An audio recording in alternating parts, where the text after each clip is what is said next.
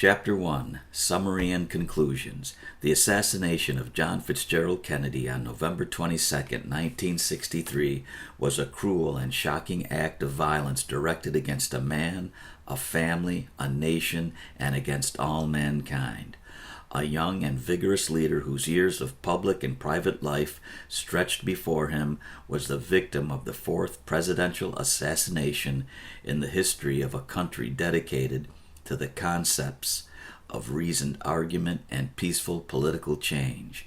This commission was created on November 29, 1963, in recognition of the right of people everywhere to full and truthful knowledge concerning these events. This report endeavors to fulfill that right and to appraise this tragedy by the light of reason and the standard of fairness. It has been prepared with a deep awareness of the Commission's responsibility to present to the American people an objective report of the facts relating to the assassination. Narrative of events. At 11:40 a.m. Central Standard Time on Friday, November 22, 1963, President John F. Kennedy, Mrs. Kennedy, and their party arrived at Love Field, Dallas, Texas. Behind them was the first day of a Texas trip planned 5 months before by the President, Vice President Lyndon B. Johnson, and John B. Connally, Jr., Governor of Texas. After leaving the White House on Thursday morning, the President had flown initially to San Antonio, where Vice President Lyndon B. Johnson joined the party, and the President dedicated new research facilities at the U.S. Air Force School of Aerospace Medicine. Following a testimonial dinner in Houston for U.S. Representative Albert Thomas, the President flew to Fort Worth, where he spent the night and spoke at a large breakfast gathering on Friday. Planned for later that day were a motorcade through downtown Dallas, a luncheon speech at the Trade Mart, and a flight to Austin, where the President would attend a reception and speak at a Democratic fundraising dinner. From Austin, he would proceed to the Texas ranch of the Vice President. Evident on this trip were the varied roles which an American president performs: head of state, chief executive, party leader, and, in this instance, prospective candidate for re-election. The Dallas motorcade, it was hoped, would evoke a demonstration of the president's personal popularity in a city which he had lost in the 1960 election. Once it had been decided that the trip to Texas would span 2 days, those responsible for planning, primarily Governor Connally and Kenneth O'Donnell, a special assistant to the president, agreed that a motorcade through Dallas would be desirable. The Secret Service was told on November 8th that 45 minutes had been allotted to a motorcade procession from Love Field to the site of a luncheon planned by Dallas business and civic leaders in honor of the President. After considering the facilities and security problems of several buildings, the Trade Mart was chosen as the luncheon site. Given this selection, in accordance with the customary practice of affording the greatest number of people an opportunity to see the President, the motorcade route selected was a natural one. The route was approved by the local host committee and White House representatives on November 18th and publicized in the local papers starting on November 19th. This advanced publicity made it clear that the motorcade would leave Main Street and pass the intersection of Elm and Houston Streets as it proceeded to the Trade Mart by way of the Stemmons Freeway. By mid-morning of November 22nd, clearing skies in Dallas dispelled the threat of rain, and the President greeted the crowds from his open limousine without the bubble top, which was at the time a plastic shield furnishing protection only against inclement weather. To the left of the President in the rear seat was Mrs. Kennedy. In the jump seats were Governor Connally, who was in front of the President, and Mrs. Connally at the Governor's left. Agent William R. Greer of the Secret Service was driving, and Agent Roy H. Kellerman was sitting to his right.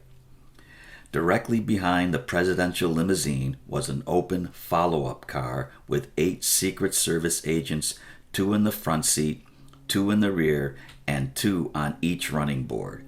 These agents, in accordance with normal Secret Service procedures, were instructed to scan the crowds, the roofs, and windows of buildings, overpasses, and crossings for signs of trouble. Behind the follow-up car was the vice presidential car carrying the Vice President and Mrs. Johnson and Senator Ralph W. Yarborough. Next were a vice presidential follow-up car and several cars and buses for additional dignitaries, press representatives, and others.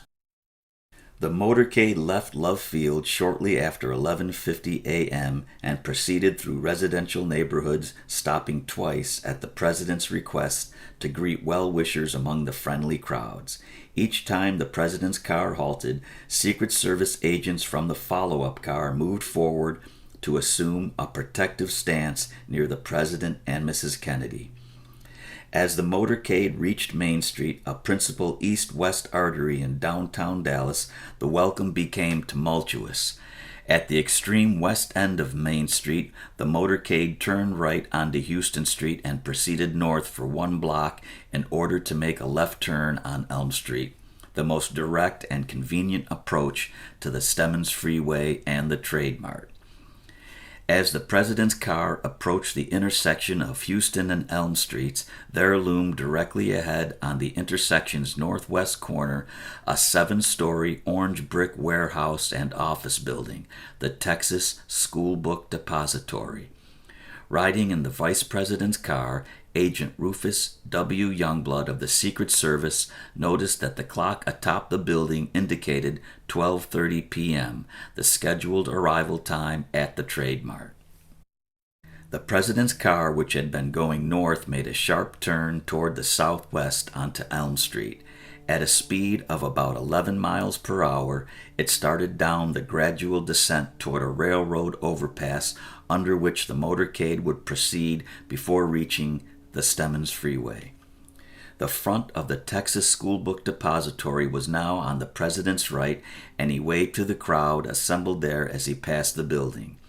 Dealey Plaza, an open landscaped area marking the western end of downtown Dallas, stretched out to the president's left. A Secret Service agent riding in the motorcade radioed the Trade Mart that the president would arrive in 5 minutes. Seconds later, shots resounded in rapid succession. The president's hand moved to his neck. He appeared to stiffen momentarily and lurch slightly forward in his seat. A bullet had entered the base of the back of his neck, slightly to the right of the spine. It traveled downward and exited from the front of the neck, causing a nick in the left lower portion of the knot in the president's necktie. Before the shooting started, Governor Connally had been facing toward the crowd on the right. He started to turn toward the left and suddenly felt a blow on his back. The governor had been hit by a bullet which entered at the extreme right side of his back at a point below his right armpit. The bullet traveled through his chest in a downward and forward direction, exited below his right nipple, passed through his right wrist, which had been in his lap, and then caused a wound to his left thigh. The force of the bullet's impact appeared to spin the governor to his right, and Mrs. Connally pulled him down into her lap. Another bullet then struck President Kennedy in the rear portion of his head, causing a massive and fatal wound. The president fell to the left into Mrs. Kennedy's lap. Secret Service agent Clinton J. Hill, riding on the left running board of the follow-up car, heard a noise which sounded like a firecracker and saw the president suddenly lean forward and to the left. Hill jumped off the car and raced toward the president's limousine. In the front seat of the vice presidential car, Agent Youngblood heard an explosion and noticed unusual movements in the crowd. He vaulted into the rear seat and sat on the vice president in order to protect him. At the same time, Agent Kellerman, in the front seat of the presidential limousine, turned to observe the president. Seeing that the president was struck, Kellerman instructed the driver, "Let's get out of here. We are hit." He radioed ahead to the lead car, "Get us to the hospital immediately." Agent Greer immediately accelerated the presidential car. As it gained speed, Agent Hill managed to pull himself onto the back of the car where Mrs. Kennedy had climbed. Hill pushed her back into the rear seat and shielded the stricken president and Mrs. Kennedy as the president's car proceeded at high speed to Parkland Memorial Hospital, 4 miles away. At Parkland, the president was immediately treated by a team of physicians who had been alerted for the president's arrival by the Dallas Police Department as the result of a radio message from the motorcade after the shooting. The doctors noted irregular breathing movements and a possible heartbeat, although they could not detect a pulse beat. They observed the extensive wound in the president's head and a small wound approximately 1/4 inch in diameter in the lower third of his neck. In an effort to facilitate breathing, the physicians performed a tracheotomy by enlarging the throat wound and inserting a tube. Totally absorbed in the immediate task of trying to preserve the president's life, the attending doctors never turned the president over for an examination of his back. At 1 p.m., after all heart activity ceased and the last rites were administered by a priest, President Kennedy was pronounced dead. Governor Connally underwent surgery and ultimately recovered from his serious wounds. Upon learning of the president's death, Vice President Johnson left Parkland Hospital under close guard and proceeded to the presidential plane at Love Field. Mrs. Kennedy, accompanying her husband's body, boarded the plane shortly thereafter. At 2:38 p.m. in the central compartment of the plane, Lyndon B. Johnson was sworn in as the 36th President of the United States by Federal District Court Judge Sarah T. Hughes. The plane left immediately for Washington, D.C., arriving at Andrews Air Force Base, Maryland, at 5:58 p.m. Eastern Standard Time. The president's body was taken to the National Naval Medical Center, Bethesda, Maryland, where it was given a complete pathological examination. The autopsy disclosed the large head wound observed at Parkland and the wound in the front of the neck, which had been enlarged by the Parkland doctors when they performed the tracheotomy. Both of these wounds were described in the autopsy report as being presumably of exit. In addition, the autopsy revealed a small wound of entry in the rear of the president's skull and another wound of entry near the base of the back of the neck. The autopsy report stated the cause of death as gunshot wound head, and the bullets which struck the president were described as having been fired from a point behind and somewhat above the level of the deceased.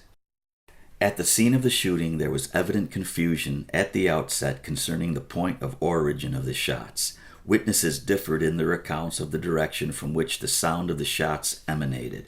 Within a few minutes, however, attention centered on the Texas School Book Depository building as the source of the shots. The building was occupied by a private corporation, the Texas School Book Depository Company, which distributed school textbooks of several publishers and leased space to representatives of the publishers. Most of the employees in the building worked for these publishers. The balance, including a 15-man warehousing crew, were employees of the Texas School Book Depository Company itself. Several eyewitnesses in front of the building reported that they saw a rifle being fired from the southeast corner window on the 6th floor of the Texas School Book Depository. One eyewitness, Howard L. Brennan, had been watching the parade from a point on Elm Street directly opposite and facing the building. He promptly told a policeman that he had seen a slender man about 5 feet 10 inches in his early 30s take deliberate aim from the 6th floor corner window and fire a rifle in the direction of the president's car. Brennan thought he might be able to identify the man since he had noticed him in the window a few minutes before the motorcade made the turn onto Elm Street. At 12:34 p.m., the Dallas police radio mentioned the depository building as a possible source of the shots, and at 12:45 p.m., the police radio broadcast a description of the suspected assassin based primarily on Brennan's observations.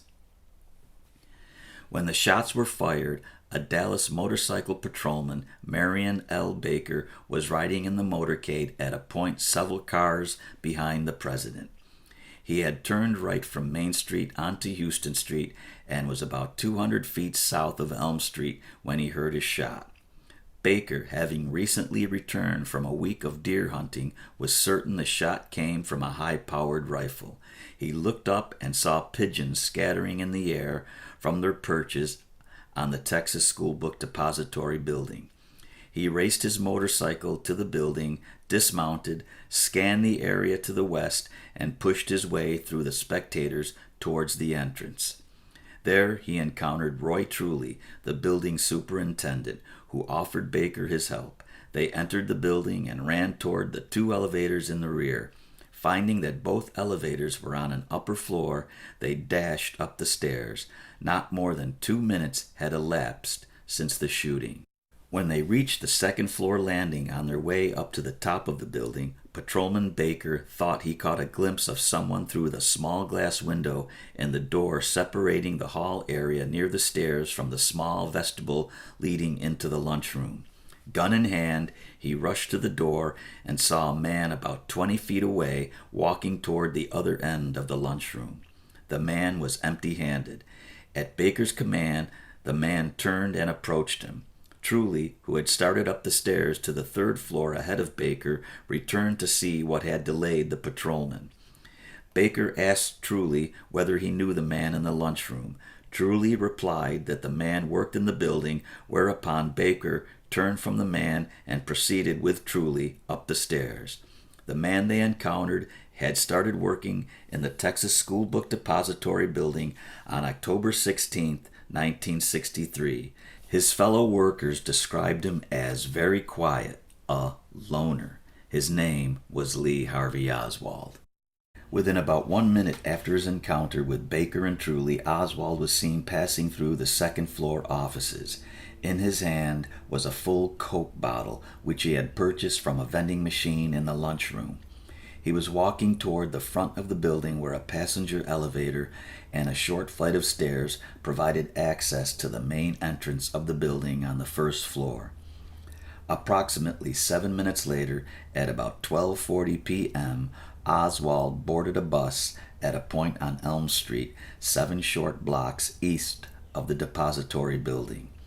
The bus was traveling west toward the very building from which Oswald had come. Its route lay through the Oak Cliff section in southwest Dallas, where it would pass 7 blocks east of the rooming house in which Oswald was living at 1026 North Beckley Avenue. On the bus was Mrs. Mary Bledsoe, one of Oswald's former landladies, who immediately recognized him. Oswald stayed on the bus approximately 3 or 4 minutes, during which time it proceeded only 2 blocks because of the traffic jam created by the motorcade and the assassination. Oswald then left the bus. A few minutes later, he entered a vacant taxi 4 blocks away and asked the driver to take him to a point on North Beckley Avenue, several blocks beyond his rooming house. The trip required 5 or 6 minutes. At about 1 p.m., Oswald arrived at the rooming house. The housekeeper, Mrs. Earlene Roberts, was surprised to see Oswald at midday and remarked to him that he seemed to be in quite a hurry. He made no reply. A few minutes later, Oswald emerged from his room, zipping up his jacket, and rushed out of the house. Approximately 14 minutes later, and just 45 minutes after the assassination, another violent shooting occurred in Dallas. The victim was Patrolman J.D. Tippit of the Dallas Police, an officer with a good record during his more than 11 years with the police force.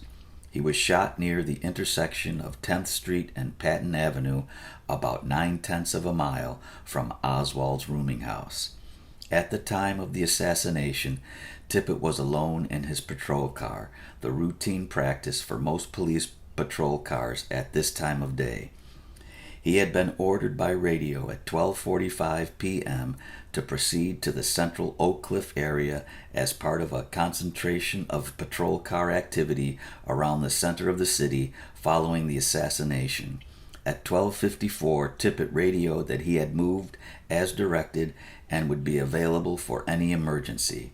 By this time, the police radio had broadcast several messages alerting the police to the suspect described by Brennan at the scene of the assassination, a slender white male, about 30 years old, 5 feet 10 inches, and weighing about 165 pounds. At approximately 1:15 p.m., Tippit was driving slowly in an easterly direction on East 10th Street in Oak Cliff. About 100 feet past the intersection of 10th Street and Patton Avenue, Tippit pulled up alongside a man walking in the same direction. The man met the general description of the suspect wanted in connection with the assassination. He walked over to Tippit's car, rested his arms on the door on the right-hand side of the car, and apparently exchanged words with Tippit through the window. Tippit opened the door on the left side and started to walk around the front of his car. As he reached the front wheel on the driver's side, the man on the sidewalk drew a revolver and fired several shots in rapid succession, hitting Tippit 4 times and killing him instantly. An automobile repairman, Domingo Benavides, heard the shots and stopped his pickup truck on the opposite side of the street, about 25 feet in front of Tippit's car. He observed the gunman start back toward Patton Avenue, removing the empty cartridge cases from the gun as he went. Benavides rushed to Tippit's side. The patrolman, apparently dead, was lying on his revolver, which was out of its holster. Benavides promptly reported the shooting to police headquarters over the radio in Tippit's car. The message was received shortly after 1:16 p.m. As the gunman left the scene, he walked hurriedly back toward Patton Avenue and turned left, heading south. Standing on the northwest corner of 10th Street and Patton Avenue was Helen Markham, who had been walking south on Patton Avenue and had seen both the killer and Tippit cross the intersection in front of her as she waited on the curb for traffic to pass. She witnessed the shooting and then saw the man with a gun in his hand walk back toward the corner and cut across the lawn of the corner house as he started south on Patton Avenue. In the corner house itself, Mrs. Barbara Jeanette Davis and her sister-in-law, Mrs. Virginia Davis, heard the shots and rushed to the door in time to see the man walk rapidly across the lawn, shaking a revolver as if he were emptying it of cartridge cases. Later that day, each woman found a cartridge case near the house. As the gunman turned the corner, he passed alongside a taxicab which was parked on Patton Avenue a few feet from 10th Street. The driver, William W. Scoggins, had seen the slaying and was now crouched behind his cab on the street side. As the gunman cut through the shrubbery on the lawn, Scoggins looked up and saw the man approximately 12 feet away. In his hand was a pistol, and he muttered words which sounded to Scoggins like, "Poor dumb cop," or "Poor damn cop." After passing Scoggins, the gunman crossed to the west side of Patton Avenue and ran south toward Jefferson Boulevard, a main Oak Cliff thoroughfare. On the east side of Patton, between 10th Street and Jefferson Boulevard, Ted Calloway, a used car salesman, heard the shots and ran to the sidewalk. As the man with the gun rushed past, Calloway shouted, "What's going on?" The man merely shrugged, ran on to Jefferson Boulevard, and turned right. On the next corner was a gas station with a parking lot in the rear. The assailant ran into the lot, discarded his jacket, and then continued his flight west on Jefferson. In a shoe store a few blocks farther west on Jefferson, the manager, Johnny Calvin Brewer, heard the siren of a police car moments after the radio in his store announced the shooting of the police officer in Oak Cliff. Brewer saw a man step quickly into the entranceway of the store and stand there with his back toward the street. When the police car made a U-turn and headed back in the direction of the Tippit shooting, the man left and Brewer followed him. He saw the man enter the Texas Theater, a motion picture house about 60 feet away, without buying a ticket. Brewer pointed this out to the cashier, Mrs. Julia Postal, who called the police. The time was shortly after 1:40 p.m.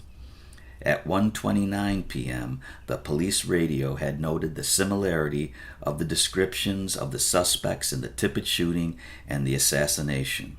At 1:45 p.m., in response to Mrs. Postal's call, the police radio sounded the alarm, "Have information a suspect just went in the Texas Theater."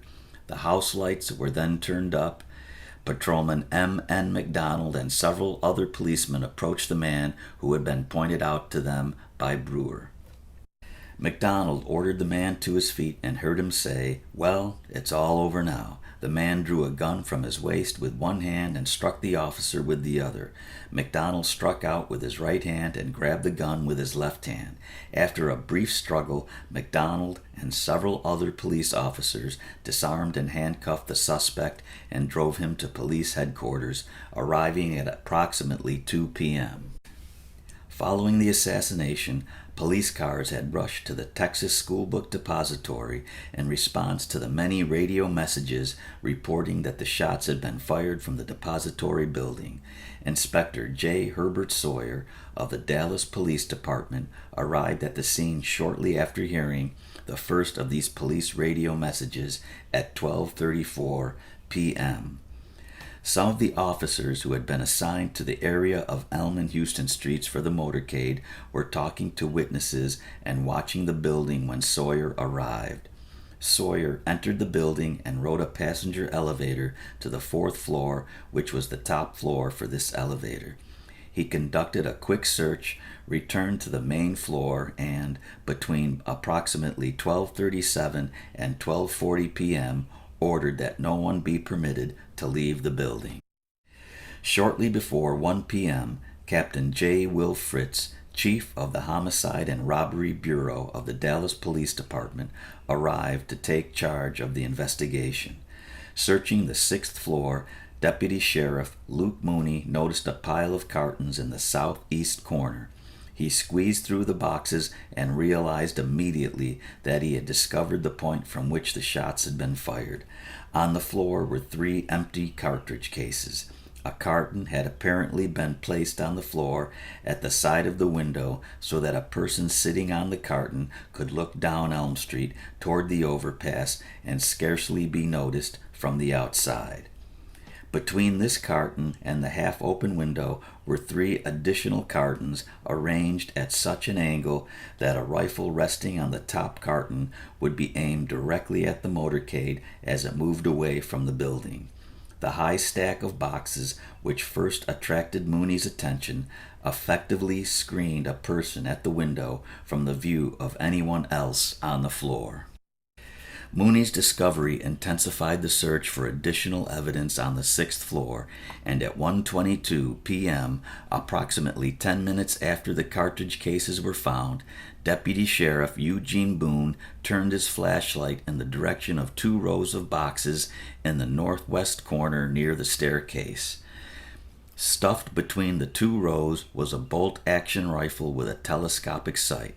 The rifle was not touched until it could be photographed. When Lieutenant J.C. Day of the Police Identification Bureau decided that the wooden stock and the metal knob at the end of the bolt contained no prints, he held the rifle by the stock while Captain Fritz ejected a live shell by operating the bolt. Lieutenant Day promptly noted that stamped on the rifle itself was the serial number C2766, as well as the markings 1940, Made Italy, and Cal 6.5. The rifle was about 40 inches long, and when disassembled, it could fit into a handmade paper sack which, after the assassination, was found in the southeast corner of the building within a few feet of the cartridge cases. As Fritz and Day were completing their examination of this rifle on the 6th floor, Roy Truly, the building superintendent, approached with information which he felt should be brought to the attention of the police. Earlier, while the police were questioning the employees, Truly had observed that Lee Harvey Oswald, one of the 15 men who worked in the warehouse, was missing. After Truly provided Oswald's name, address, and general description, Fritz left for police headquarters. He arrived at headquarters shortly after 2 p.m. and asked two detectives to pick up the employee who was missing from the Texas School Book Depository. Standing nearby were the police officers who had just arrived with the man arrested in the Texas theater. When Fritz mentioned the name of the missing employee, he learned that the man was already in the interrogation room. The missing school book depository employee and the suspect who had been apprehended in the Texas theater were one and the same, Lee Harvey Oswald. The suspect Fritz was about to question in connection with the assassination of the president and the murder of a policeman was born in New Orleans on October 18, 1939, 2 months after the death of his father. His mother, Marguerite Claverie Oswald, had 2 older children. One, John Pick, was a half-brother to Lee from an earlier marriage which had ended in divorce. The other was Robert Oswald, a full brother to Lee and 5 years older. When Lee Oswald was 3, Mrs. Oswald placed him in an orphanage where his brother and half-brother were already living, primarily because she had to work. In January 1944, when Lee was 4, he was taken out of the orphanage, and shortly thereafter his mother moved with him to Dallas, Texas, where the older boys joined them at the end of the school year. In May of 1945, Marguerite Oswald married her 3rd husband, Edwin A. Ekdahl. While the 2 older boys attended a military boarding school, Lee lived at home and developed a warm attachment to Ekdahl, occasionally accompanying his mother and stepfather on business trips around the country. Lee started school in Benbrook, Texas, but in the fall of 1946, after a separation from Ekdahl, Marguerite Oswald re-entered Lee in the 1st grade in Covington, Louisiana. In January 1947, while Lee was still in the 1st grade, the family moved to Fort Worth, Texas, as the result of an attempted reconciliation between Ekdahl and Lee's mother. A year and a half later, before Lee was 9, his mother was divorced from her 3rd husband as the result of a divorce action instituted by Ekdahl. Lee's school record during the next 5.5 years in Fort Worth was average, although generally it grew poorer each year. The comments of teachers and others who knew him at that time do not reveal any unusual personality traits or characteristics. Another change for Lee Oswald occurred in August 1952, a few months after he completed the 6th grade. Marguerite Oswald and her 12-year-old son moved to New York City, where Marguerite's oldest son, John Pick, was stationed with the Coast Guard. The ensuing year and 1/2 in New York was marked by Lee's refusals to attend school and by emotional and psychological problems of a seemingly serious nature. Because he had become a chronic school truant, Lee underwent psychiatric study at Youth House, an institution in New York for juveniles who have had truancy problems or difficulties with the law, and who appear to require psychiatric observation or other types of guidance. The social worker assigned to his case described him as seriously detached and withdrawn, and noted a rather pleasant, appealing quality about this emotionally starved, affectionless youngster. Lee expressed the feeling to the social worker that his mother did not care for him and regarded him as a burden. He experienced fantasies about being all-powerful and hurting people, but during his stay at Youth House, he was apparently not a behavior problem. He appeared withdrawn and evasive, a boy who preferred to spend his time alone, reading and watching television.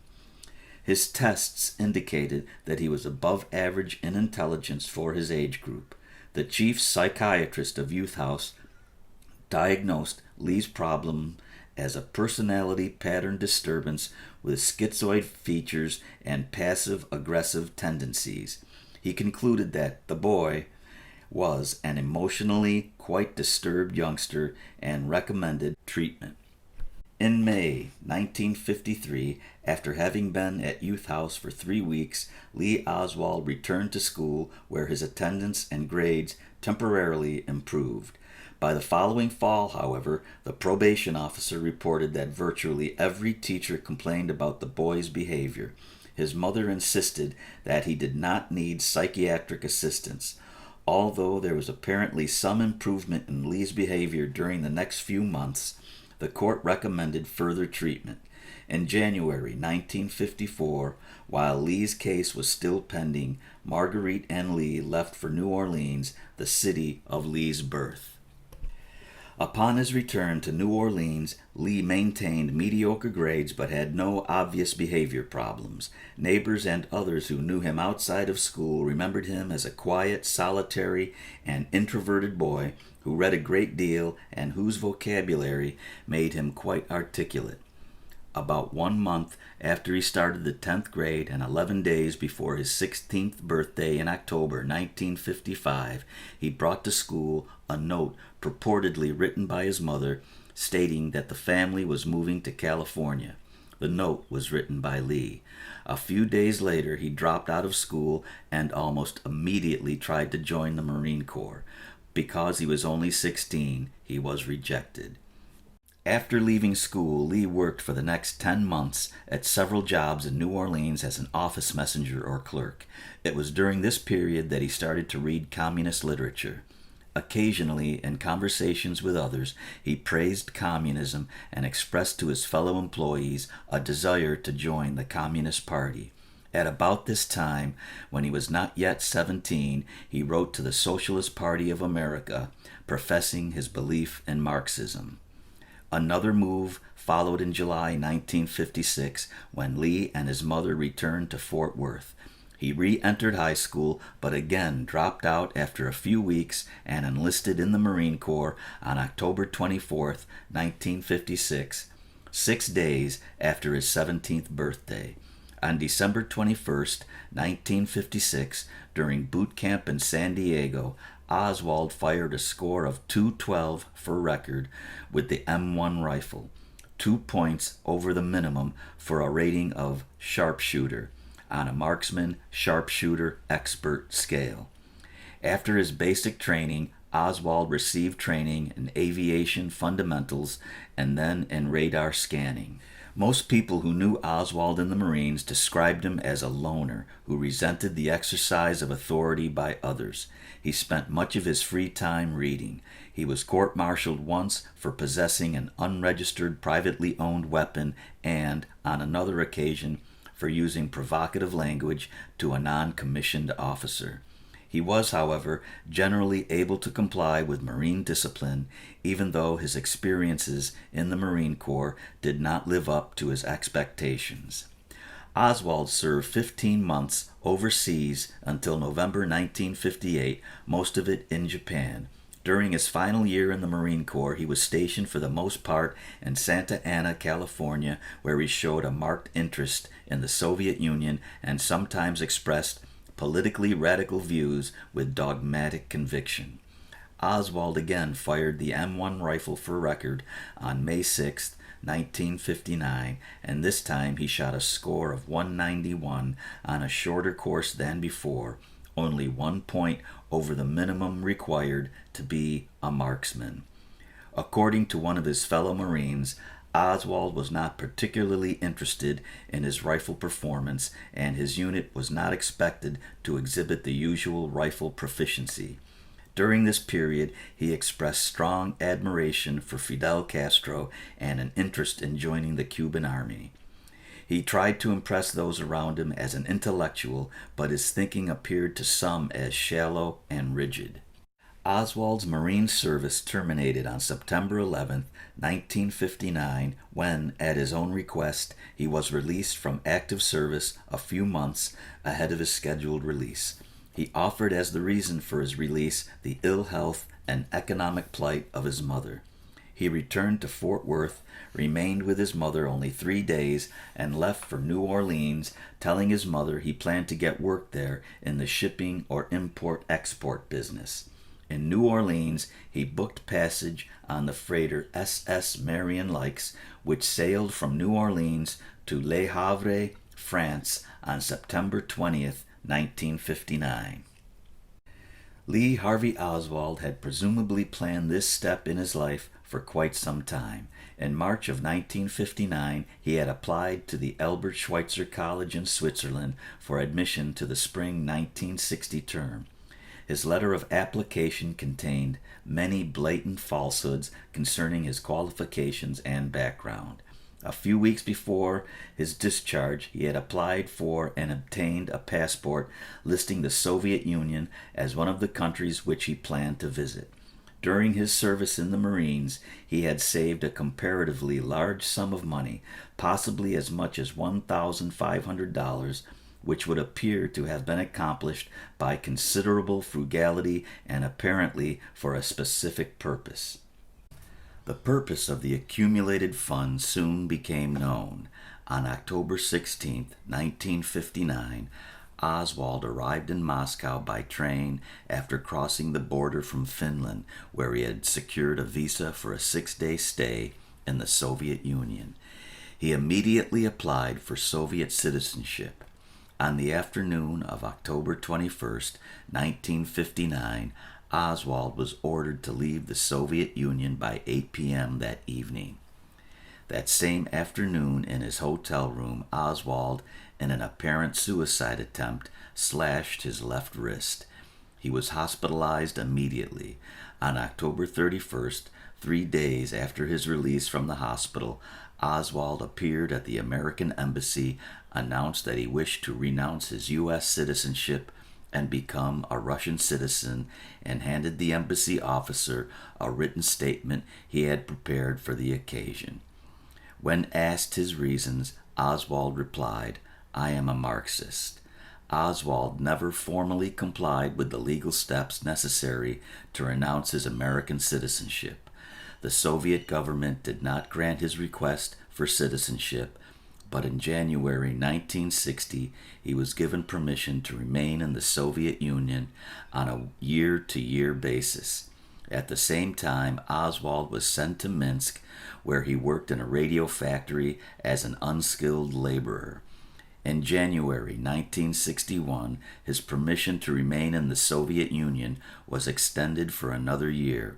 A few weeks later, in February 1961, he wrote to the American Embassy in Moscow expressing a desire to return to the United States. The following month, Oswald met a 19-year-old Russian girl, Marina Nikolaevna Prusakova, a pharmacist who had been brought up in Leningrad but was then living with an aunt and uncle in Minsk. They were married on April 30th, 1961. Throughout the following year, he carried on a correspondence with American and Soviet authorities seeking approval for the departure of himself and his wife to the United States. In the course of this effort, Oswald and his wife visited the U.S. Embassy in Moscow in July of 1961. Primarily on the basis of an interview and questionnaire completed there, the embassy concluded that Oswald had not lost his citizenship, a decision subsequently ratified by the Department of State in Washington, D.C. Upon their return to Minsk, Oswald and his wife filed with the Soviet authorities for permission to leave together. Their formal application was made in July 1961, and on December 25, 1961, Marina Oswald was advised it would be granted. A daughter was born to the Oswalds in February 1962. In the months that followed, they prepared for the return to the United States. On May 9, 1962, the U.S. Immigration and Naturalization Service, at the request of the Department of State, agreed to waive a restriction under the law which would have prevented the issuance of a United States visa to Oswald's Russian wife until she had left the Soviet Union. They finally left Moscow on June 1, 1962, and were assisted in meeting their travel expenses by a loan of $435.71 from the U.S. Department of State. 2 weeks later, they arrived in Fort Worth, Texas. For a few weeks, his wife and child lived with Oswald's brother, Robert. After a similar stay with Oswald's mother, they moved into their own apartment in early August. Oswald obtained a job on July 16th as a sheet metal worker. During this period in Fort Worth, Oswald was interviewed twice by agents of the FBI. The report of their first interview, which occurred on June 26th, described him as arrogant and unwilling to discuss the reasons why he had gone to the Soviet Union. Oswald denied that he was involved in Soviet intelligence activities and promised to advise the FBI if Soviet representatives ever communicated with him. He was interviewed again on August 16th when he displayed a less belligerent attitude and once again agreed to inform the FBI of any attempt to enlist him in intelligence activities. In early October 1962, Oswald quit his job at the sheet metal plant and moved to Dallas. While living in Fort Worth, the Oswalds had been introduced to a group of Russian-speaking people in the Dallas-Fort Worth area. Many of them assisted the Oswalds by providing small amounts of food, clothing, and household items. Oswald himself was disliked by almost all of the group, whose help to the family was prompted primarily by sympathy for Marina Oswald and the child. Despite the fact that he had left the Soviet Union disillusioned with its government, Oswald seemed more firmly committed than ever to his concepts of Marxism. He showed disdain for democracy, capitalism, and American society in general. He was highly critical of the Russian-speaking group because they seemed devoted to American concepts of democracy and capitalism and were ambitious to improve themselves economically. In February 1963, the Oswalds met Ruth Paine at a social gathering. Ruth Paine was temporarily separated from her husband and living with her 2 children in their home in Irving, Texas, a suburb of Dallas. Because of an interest in the Russian language and sympathy for Marina Oswald, who spoke no English and had little funds, Ruth Paine befriended Marina and during the next 2 months visited her on several occasions. On April 6, 1963, Oswald lost his job with the photography firm. A few days later, on April 10th, he attempted to kill Major General Edwin A. Walker, resigned U.S. Army, using a rifle which he had ordered by mail 1 month previously under an assumed name. Marina Oswald learned of her husband's act when she confronted him with a note which he had left, giving her instructions in the event he did not return. That incident and their general economic difficulties impelled Marina Oswald to suggest that her husband leave Dallas and go to New Orleans to look for work. Oswald left for New Orleans on April 24, 1963. Ruth Paine, who knew nothing of the Walker shooting, invited Marina Oswald and the baby to stay with her in the Paines' modest house while Oswald sought work in New Orleans. Early in May, upon receiving word from Oswald that he had found a job, Ruth Paine drove Marina Oswald and the baby to New Orleans to rejoin Oswald. During the stay in New Orleans, Oswald formed a fictitious New Orleans chapter of the Fair Play for Cuba Committee. He posed as secretary of this organization and represented that the president was A.J. Heidel. In reality, Heidel was a completely fictitious person created by Oswald, the organization's only member. Oswald was arrested on August 9th in connection with a scuffle which occurred while he was distributing pro-Castro leaflets. The next day, while at the police station, he was interviewed by an FBI agent after Oswald requested the police to arrange such an interview. Oswald gave the agent false information about his own background and was evasive in his replies concerning Fair Play for Cuba activities. During the next 2 weeks, Oswald appeared on radio programs twice, claiming to be the spokesman for the Fair Play for Cuba Committee in New Orleans. On July 19, 1963, Oswald lost his job as a greaser of coffee processing machinery. In September, after an exchange of correspondence with Marina Oswald, Ruth Paine drove to New Orleans and on September 23rd transported Marina, the child, and the family belongings to Irving, Texas. Ruth Paine suggested that Marina Oswald, who was expecting her second child in October, live at the Paine house until after the baby was born. Oswald remained behind, ostensibly to find work either in Houston or some other city. Instead, he departed by bus for Mexico, arriving in Mexico City on September 27th, where he promptly visited the Cuban and Russian embassies. His stated objective was to obtain official permission to visit Cuba on his way to the Soviet Union. The Cuban government would not grant his visa unless the Soviet government would also issue a visa permitting his entry into Russia. Oswald's efforts to secure these visas failed, and he left for Dallas, where he arrived on October 3, 1963. When he saw his wife the next day, it was decided that Oswald would rent a room in Dallas and visit his family on weekends. For 1 week, he rented a room from Mrs. Bledsoe, the woman who later saw him on the bus shortly after the assassination. On October 14, 1963, he rented the Beckley Avenue room and listed his name as O.H. Lee.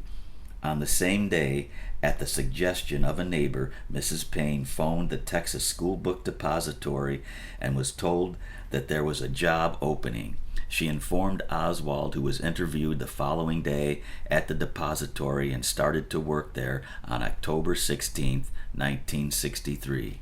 On October 20th, the Oswald second daughter was born. During October and November, Oswald established a general pattern of weekend visits to Irving, arriving on Friday afternoon and returning to Dallas Monday morning with a fellow employee, Buell Wesley Frazier, who lived near the Paines. On Friday, November 15th, Oswald remained in Dallas at the suggestion of his wife, who told him that the house would be crowded because of a birthday party for Ruth Paine's daughter. On Monday, November 18th, Oswald and his wife quarreled bitterly during a telephone conversation because she learned for the first time that he was living at the rooming house under an assumed name. On Thursday, November 21st, Oswald told Frazier that he would like to drive to Irving to pick up some curtain rods for an apartment in Dallas. His wife and Mrs. Paine were quite surprised to see him since it was a Thursday night. They thought he had returned to make up after Monday's quarrel. He was conciliatory, but Marina Oswald was still angry. Later that evening, when Mrs. Paine had finished cleaning the kitchen, she went into the garage and noticed that the light was burning. She was certain that she had not left it on, although the incident appeared unimportant at the time. In the garage were most of the Oswald's personal possessions. The following morning, Oswald left while his wife was still in bed, feeding the baby. She did not see him leave the house, nor did Ruth Paine. On the dresser in the room, he left his wedding ring, which he had never done before. His wallet containing $170 was left intact in a dresser drawer. Oswald walked to Frazier's house about a half a block away and placed a long, bulky package made out of wrapping paper and tape into the rear seat of the car. He told Frazier that the package contained curtain rods. When they reached the depository parking lot, Oswald walked quickly ahead.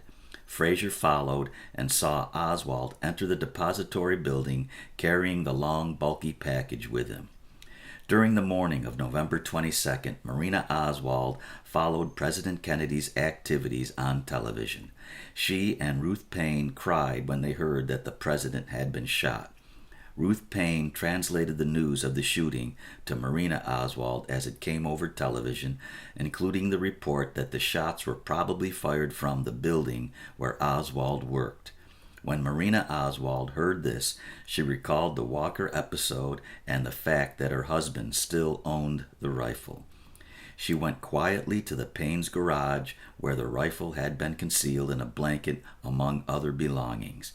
It appeared to her that the rifle was still there, although she did not actually open the blanket. At about 3 p.m., the police arrived at the Payne house and asked Marina Oswald whether her husband owned a rifle. She said that he did, and then led them into the garage and pointed to the rolled-up blanket. As a police officer lifted it, the blanket hung limply over either side of his arm. The rifle was not there. Meanwhile, at police headquarters, Captain Fritz had begun questioning Oswald. Soon after the start of the first interrogation, agents of the FBI and the U.S. Secret Service arrived and participated in the questioning. Oswald denied having anything to do with the assassination of President Kennedy or the murder of Patrolman Tippit. He claimed that he was eating lunch at the time of the assassination and then spoke with his foreman for 5 to 10 minutes before going home. He denied that he owned a rifle, and when confronted in a subsequent interview with a picture showing him holding a rifle and pistol, he claimed that his face had been superimposed on someone else's body. He refused to answer any questions about the presence in his wallet of a Selective Service card with his picture and the name Alec J. Heidel. During the questioning of Oswald on the third floor of the police department, more than 100 representatives of the press, radio, and television were crowded into the hallway through which Oswald had to pass when being taken from his cell to Captain Fritz's office for interrogation. Reporters tried to interview Oswald during these trips. Between Friday afternoon and Sunday morning, he appeared in the hallway at least 16 times. The general confused conditions outside and inside Captain Fritz's office increased the difficulty of police questioning.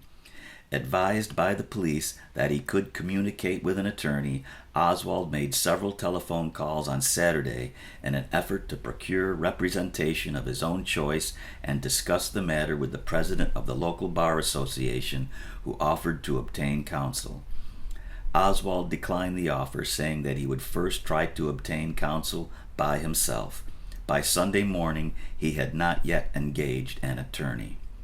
At 7:10 p.m. on November 22, 1963, Lee Harvey Oswald was formally advised that he had been charged with the murder of Patrolman J.D. Tippit.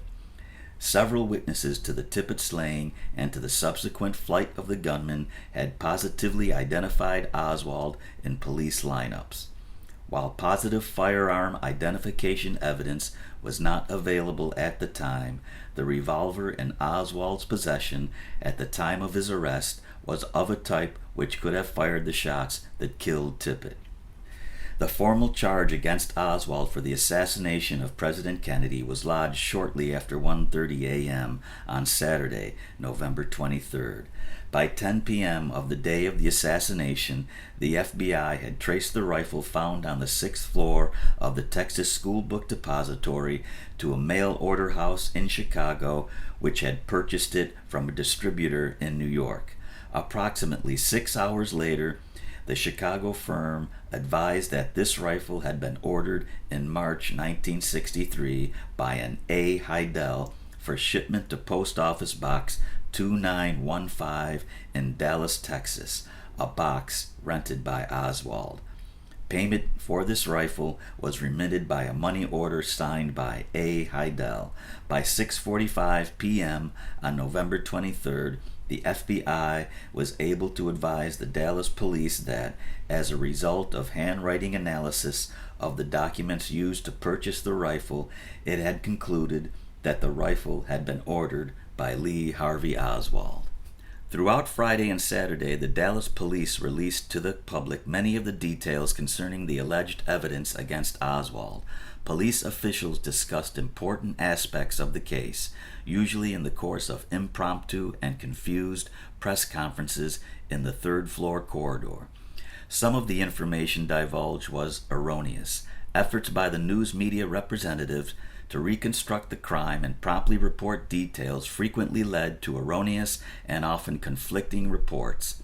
At the urgings of the newsmen, Chief of Police Jesse E. Curry brought Oswald to a press conference in the police assembly room shortly after midnight of the day Oswald was arrested. The assembly room was crowded with newsmen who had come to Dallas from all over the country. They shouted questions at Oswald and flashed cameras at him. Among this group was a 52-year-old Dallas nightclub operator, Jack Ruby. On Sunday morning, November 24th, arrangements were made for Oswald's transfer from the city jail to the Dallas County Jail about 1 mile away. The news media had been informed on Saturday night that the transfer of Oswald would not take place until after 10 a.m. on Sunday. Earlier on Sunday, between 2:30 and 3 a.m., anonymous telephone calls threatening Oswald's life had been received by the Dallas office of the FBI and by the office of the county sheriff. Nevertheless, on Sunday morning, television, radio, and newspaper representatives crowded into the basement to record the transfer. As viewed through television cameras, Oswald would emerge from a door in front of the cameras and proceed to the transfer vehicle. To the right of the cameras was a down ramp from Main Street on the north. To the left was an up ramp leading to Commerce Street on the south. The armored truck in which Oswald was to be transferred arrived shortly after 11 a.m. Police officials then decided, however, that an unmarked police car would be preferable for the trip because of its greater speed and maneuverability. At approximately 11:20 a.m., Oswald emerged from the basement jail office, flanked by detectives on either side and at his rear. He took a few steps towards the car and was in the glaring light of the television cameras when a man suddenly darted out from an area on the right of the cameras where newsmen had been assembled. The man was carrying a Colt .38 revolver in his right hand, and while millions watched on television, he moved quickly to within a few feet of Oswald and fired one shot into Oswald's abdomen. Oswald groaned with pain as he fell to the ground and quickly lost consciousness. Within 7 minutes, Oswald was at Parkland Hospital where, without having regained consciousness, he was pronounced dead at 1:07 p.m. The man who killed Oswald was Jack Ruby. He was instantly arrested and minutes later confined in a cell on the 5th floor of the Dallas Police Jail. Under interrogation, he denied that the killing of Oswald was in any way connected with a conspiracy involving the assassination of President Kennedy. He maintained that he had killed Oswald in a temporary fit of depression and rage over the president's death. Ruby was transferred the following day to the county jail without notice to the press or to police officers not directly involved in the transfer. Indicted for the murder of Oswald by the state of Texas on November 26, 1963, Ruby was found guilty on March 14, 1964, and sentenced to death. As of September 1964, his case was pending on appeal. Conclusions. This commission was created to ascertain the facts relating to the preceding summary of events and to consider the important questions which they raised. The commission has addressed itself to this task and has reached certain conclusions based on all the available evidence. No limitations have been placed on the commission's inquiry. It has conducted its own investigation, and all government agencies have fully discharged their responsibility to cooperate with the Commission in its investigation. These conclusions represent the reasoned judgment of all members of the Commission and are presented after an investigation which has satisfied the Commission that it has ascertained the truth concerning the assassination of President Kennedy to the extent that a prolonged and thorough search makes this possible.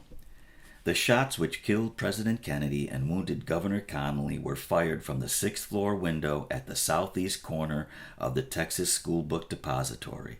This determination is based on the following. A. Witnesses at the scene of the assassination saw a rifle being fired from the 6th floor window of the depository building, and some witnesses saw a rifle in the window immediately after the shots were fired. B. the nearly whole bullet found on Governor Connolly's stretcher at Parkland Memorial Hospital and the 2 bullet fragments found in the front seat of the presidential limousine were fired from the 6.5 millimeter Mannlicher Carcano rifle found on the 6th floor of the depository building, to the exclusion of all other weapons. C. The 3 used cartridge cases found near the window on the 6th floor at the southeast corner of the building were fired from the same rifle which fired the above described bullet and fragments, to the exclusion of all other weapons. D. The windshield in the presidential limousine was struck by a bullet fragment on the inside surface of the glass, but was not penetrated. E. The nature of the bullet wounds suffered by President Kennedy and Governor Connolly and the location of the car at the time of the shots established that the bullets were fired from above and behind the presidential limousine, striking the president and the governor as follows. 1. President Kennedy was first struck by a bullet which entered at the back of his neck and exited through the lower front portion of his neck, causing a wound which would not necessarily have been lethal. The president was struck a second time by a bullet which entered the right rear portion of his head, causing a massive and fatal wound. 2. Governor Connolly was struck by a bullet which entered on the right side of his back and traveled downward through the right side of his chest, exiting below his right nipple. This bullet then passed through his right wrist and entered his left thigh, where it caused a superficial wound. F. There is no credible evidence that the shots were fired from the triple underpass ahead of the motorcade or from any other location. 2. The weight of the evidence indicates that there were 3 shots fired. 3. Although it is not necessary to any essential findings of the Commission to determine just which shot hit Governor Connolly, there is very persuasive evidence from the experts to indicate that the same bullet which pierced the president's throat also caused Governor Connolly's wounds. However, Governor Connolly's testimony and certain other factors have given rise to some difference of opinion as to this probability, but there is no question in the mind of any member of the Commission that all the shots which caused the president's and Governor Connolly's wounds were fired from the 6th floor window of the Texas School Book Depository. The shots which killed President Kennedy and wounded Governor Connolly were fired by Lee Harvey Oswald. This conclusion is based upon the following. A. The Mannlicher Carcano 6.5 millimeter Italian rifle from which the shots were fired was owned by and in the possession of Oswald. B. Oswald carried this rifle into the depository building on the morning of November 22, 1963. C. Oswald, at the time of the assassination, was present at the window from which the shots were fired. D. Shortly after the assassination, the Mannlicher Carcano rifle belonging to Oswald was found partially hidden between some cartons on the 6th floor, and the improvised paper bag in which Oswald brought the rifle to the depository was found close by the window from which the shots were fired. E. Based on testimony of the experts and their analysis of films of the assassination, the Commission has concluded that a rifleman of Lee Harvey Oswald's capabilities could have fired the shots from the rifle used in the assassination within the elapsed time of the shooting. The Commission has concluded further that Oswald possessed the capability with a rifle which enabled him to commit the assassination. F. Oswald lied to the police after his arrest concerning important substantive matters. G. Oswald had attempted to kill Major General Edwin A. Walker, resigned U.S. Army, on April 10, 1963, thereby demonstrating his disposition to take human life. 5. Oswald killed Dallas Police Patrolman J.D. Tippit approximately 45 minutes after the assassination. This conclusion upholds the finding that Oswald fired the shots which killed President Kennedy and wounded Governor Connolly, and is supported by the following. A. 2 eyewitnesses saw the Tippit shooting, and 7 eyewitnesses heard the shots and saw the gunman leave the scene with revolver in hand. These 9 eyewitnesses positively identified Lee Harvey Oswald as the man they saw. B. The cartridge cases found at the scene of the shooting were fired from the revolver in the possession of Oswald at the time of his arrest, to the exclusion of all other weapons. C. The revolver in Oswald's possession at the time of his arrest was purchased by and belonged to Oswald. D.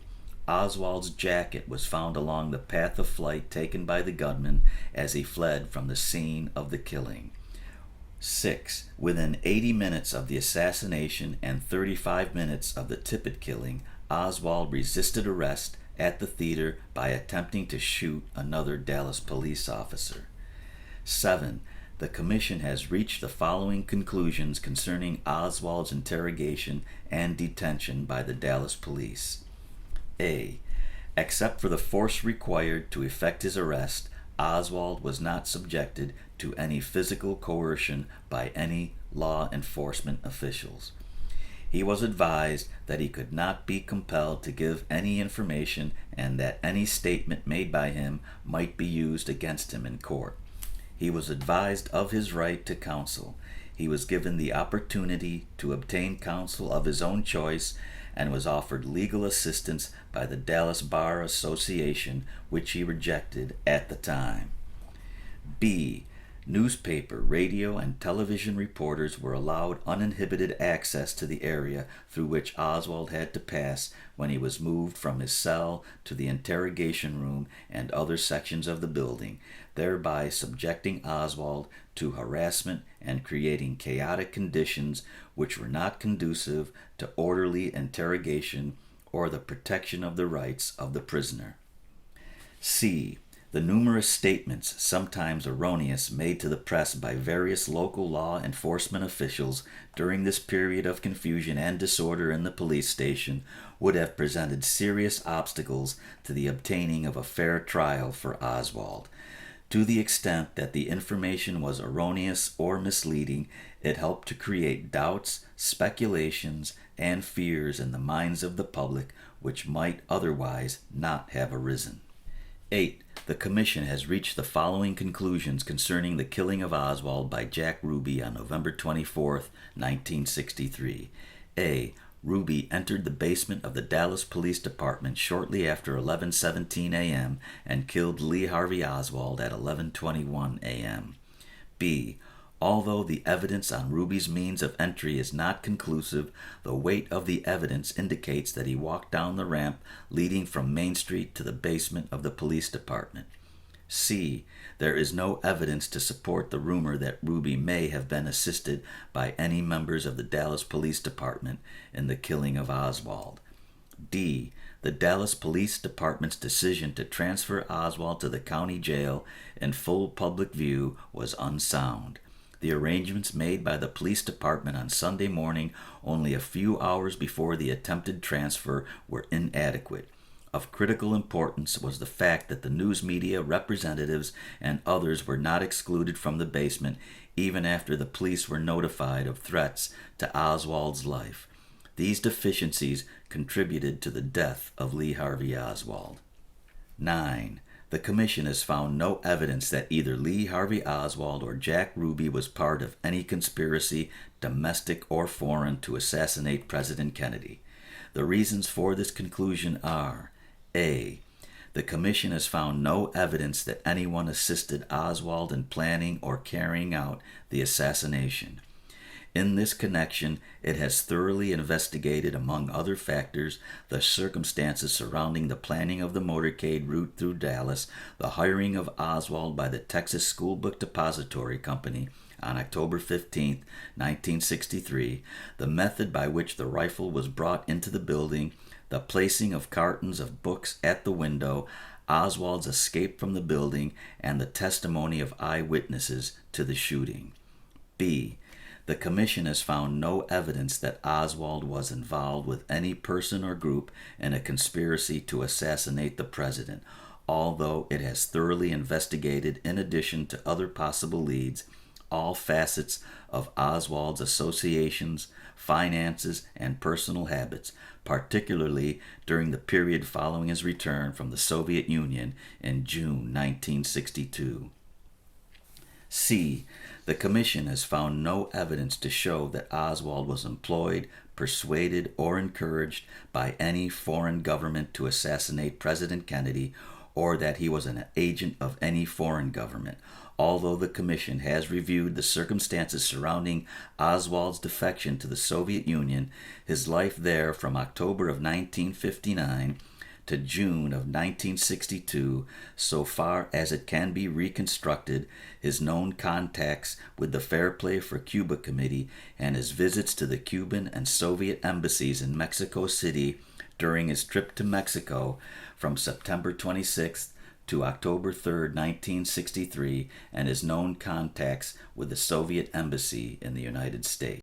D. The Commission has explored all attempts of Oswald to identify himself with various political groups, including the Communist Party USA, the Fair Play for Cuba Committee, and the Socialist Workers' Party, and has been unable to find any evidence that the contacts which he initiated were related to Oswald's subsequent assassination of the president. E. All of the evidence before the Commission established that there was nothing to support the speculation that Oswald was an agent, employee, or informant of the FBI, the CIA, or any other governmental agency. It has thoroughly investigated Oswald's relationships prior to the assassination with all agencies of the U.S. government.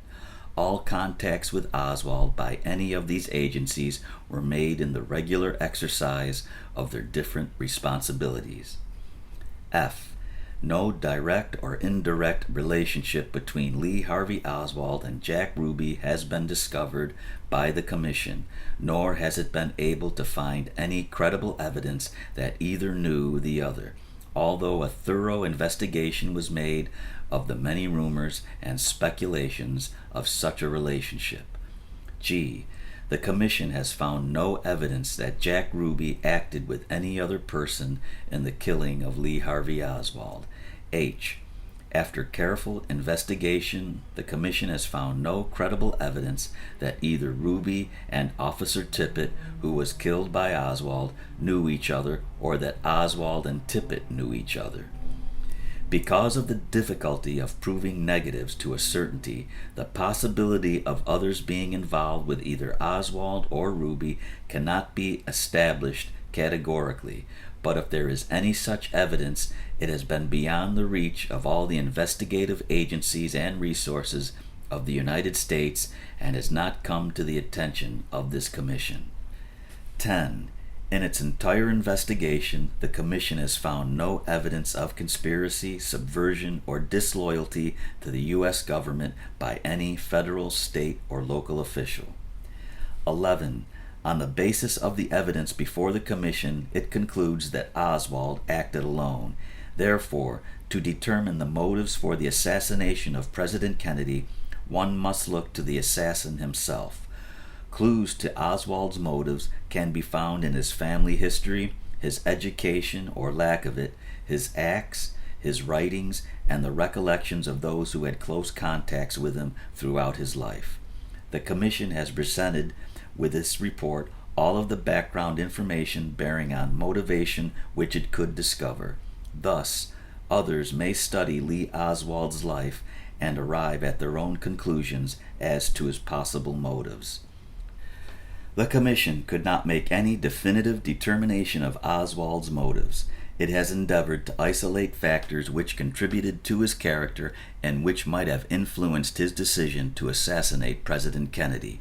These factors were: A. His deep-rooted resentment of all authority, which was expressed in a hostility toward every society in which he lived.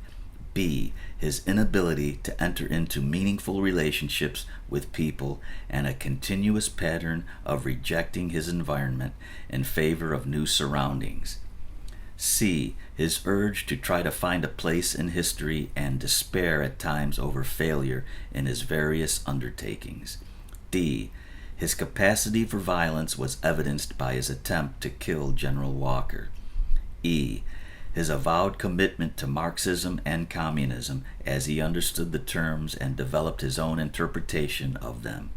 This was expressed by his antagonism toward the United States, by his defection to the Soviet Union, by his failure to be reconciled with life in the United States, even after his disenchantment with the Soviet Union, and by his efforts, though frustrated, to go to Cuba. Each of these contributed to his capacity to risk all in cruel and irresponsible actions. 12.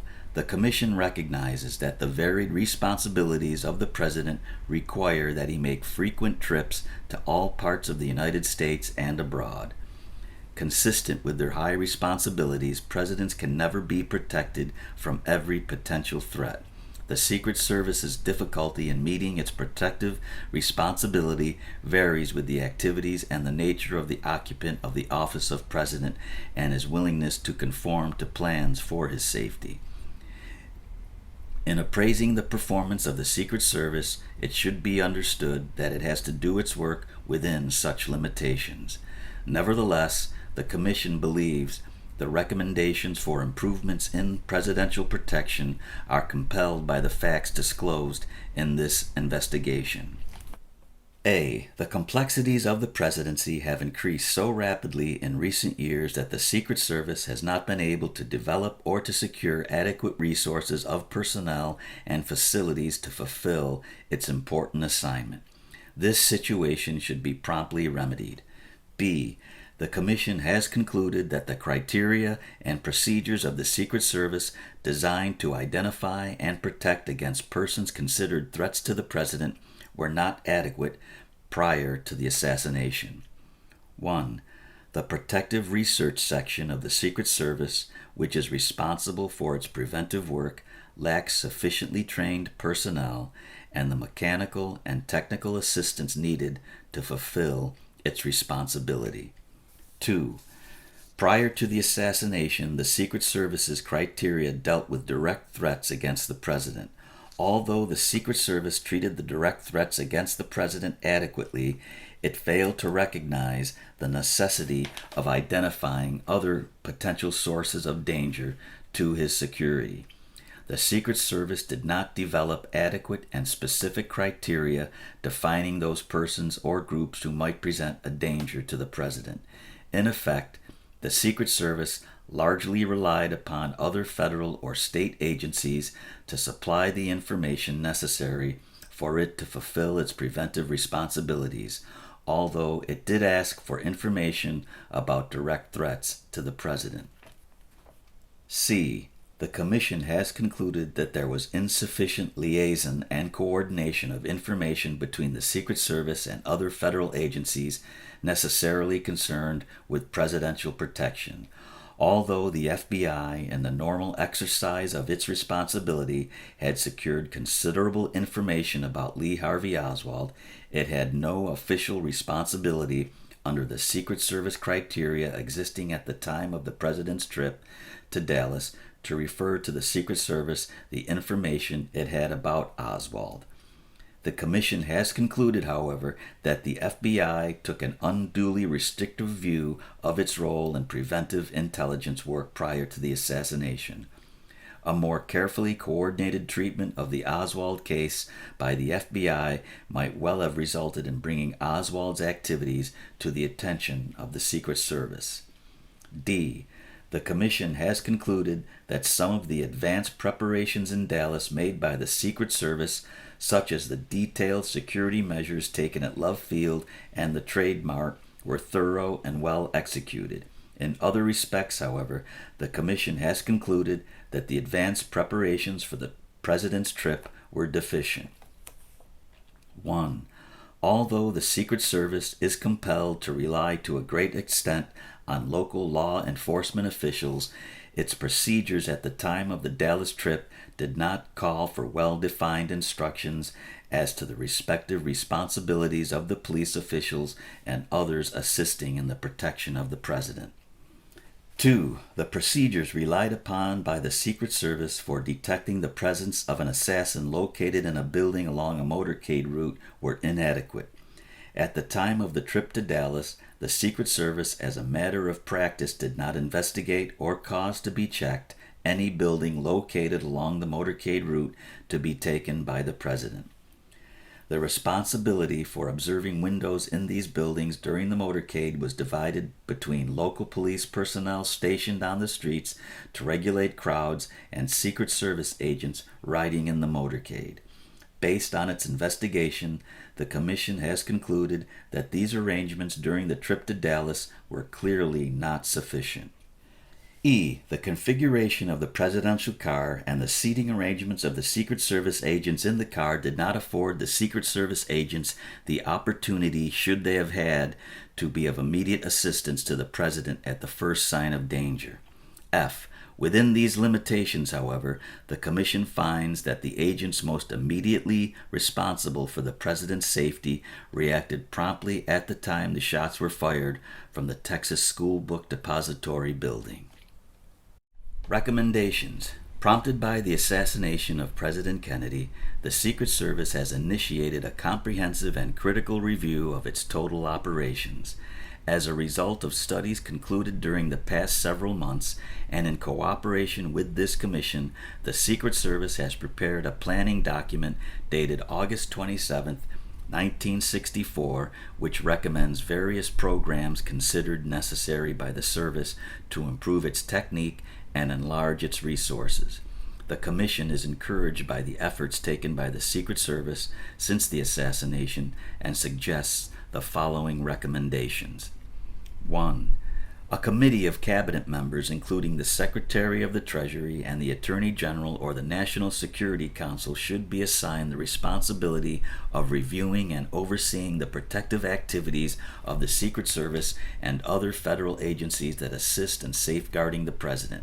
Once given this responsibility, such a committee would ensure that the maximum resources of the federal government are fully engaged in the task of protecting the President, and would provide guidance in defining the general nature of domestic and foreign dangers to presidential security. 2. Suggestions have been advanced to the Commission for the transfer of all or parts of the presidential protective responsibilities of the Secret Service to some other department or agency. The Commission believes that if there is to be any determination of whether or not to relocate these responsibilities and functions, it ought to be made by the Executive and the Congress, perhaps upon recommendations based on studies by the previously suggested committee. 3. Meanwhile, in order to improve daily supervision of the Secret Service within the Department of the Treasury, the Commission recommends that the Secretary of the Treasury appoint a special assistant with the responsibility of supervising the Secret Service. This special assistant should have sufficient stature and experience in law enforcement, intelligence, and allied fields to provide effective, continuing supervision and to keep the Secretary fully informed regarding the performance of the Secret Service. One of the initial assignments of this special assistant should be the supervision of the current effort by the Secret Service to revise and modernize its basic operating procedures. 4. The Commission recommends that the Secret Service completely overhaul its facilities devoted to the advanced detection of potential threats against the President. The Commission suggests the following measures. A. The Secret Service should develop as quickly as possible more useful and precise criteria defining those potential threats to the President which should be brought to its attention by other agencies. The criteria should, among other additions, provide for prompt notice to the Secret Service of all returned defectors. B. The Secret Service should expedite its current plans to utilize the most efficient data processing techniques. C. Once the Secret Service has formulated new criteria delineating the information it desires, it should enter into agreements with each federal agency to ensure its receipt of such information. 5. The Commission recommends that the Secret Service improve the protective measures followed in the planning and conducting of presidential motorcades. In particular, the Secret Service should continue its current efforts to increase its precautionary attention given to buildings along the motorcade route. 6. The Commission recommends that the Secret Service continue its recent efforts to improve and formalize its relationships with local police departments in areas to be visited by the President. 7. The Commission believes that when the new criteria and procedures are established, the Secret Service will not have sufficient personnel or adequate facilities. The Commission recommends that the Secret Service be provided with the personnel and resources which the Service and the Department of the Treasury may be able to demonstrate are needed to fulfill its important mission. 8. Even with an increase in Secret Service personnel, the protection of the President will continue to require the resources and cooperation of many federal agencies. The Commission recommends that these agencies, specifically the FBI, continue to practice as it has developed, particularly since the assassination, of assisting the Secret Service upon request by providing personnel or other aid, and that there be a closer association and liaison between the Secret Service and all federal agencies. 9. The Commission recommends that the President's physician always accompany him during his travels and occupy a position near the President where he can be immediately available in case of any emergency. 10. The Commission recommends to Congress that it adopt legislation which would make the assassination of the President and Vice President a federal crime. A state of affairs where U.S. authorities have no clearly defined jurisdiction to investigate the assassination of a president is anomalous. 11. The Commission has examined the Department of State's handling of the Oswald matters and finds that it followed the law throughout. However, the Commission believes that the Department, in accordance with its own regulations, should in all cases exercise great care in the return to this country of defectors who have evidenced disloyalty or hostility to this country or who have expressed a desire to renounce their American citizenship, and that when such persons are so returned, procedures should be adopted for the better dissemination of information concerning them to the intelligence agencies of the government. 12. The Commission recommends that the representatives of the bar, law enforcement associations, and the news media work together to establish ethical standards concerning the collection and presentation of information to the public so that there will be no interference with pending criminal investigations, court proceedings, or the right of individuals to a fair trial.